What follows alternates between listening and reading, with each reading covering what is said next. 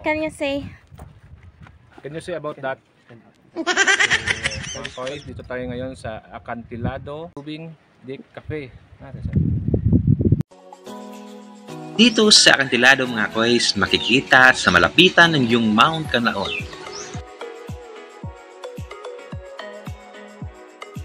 Ang kagandahan dito ay marami kang pwedeng pistuan na perfect for picture-picture.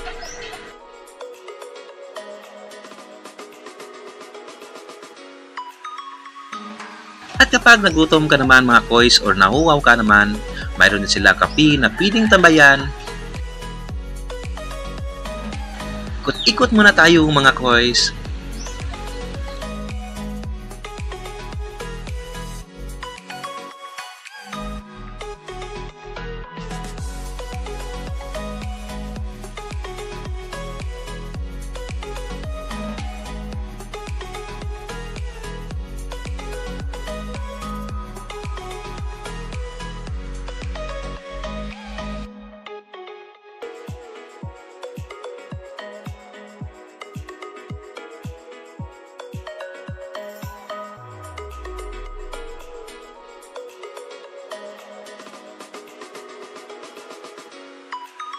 Siyempre, hindi pa huli ang pamangkin ko sa pag-picture-picture.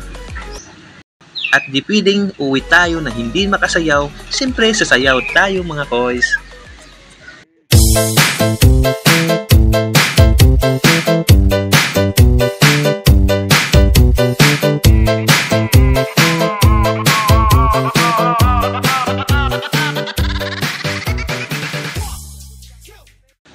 Okay, ikot na po ulit tayo. Nag-try po akong umakyat at maganda naman po sa taas. Mas ma-appreciate mo yung mga magagandang view at sariwang hangin dito.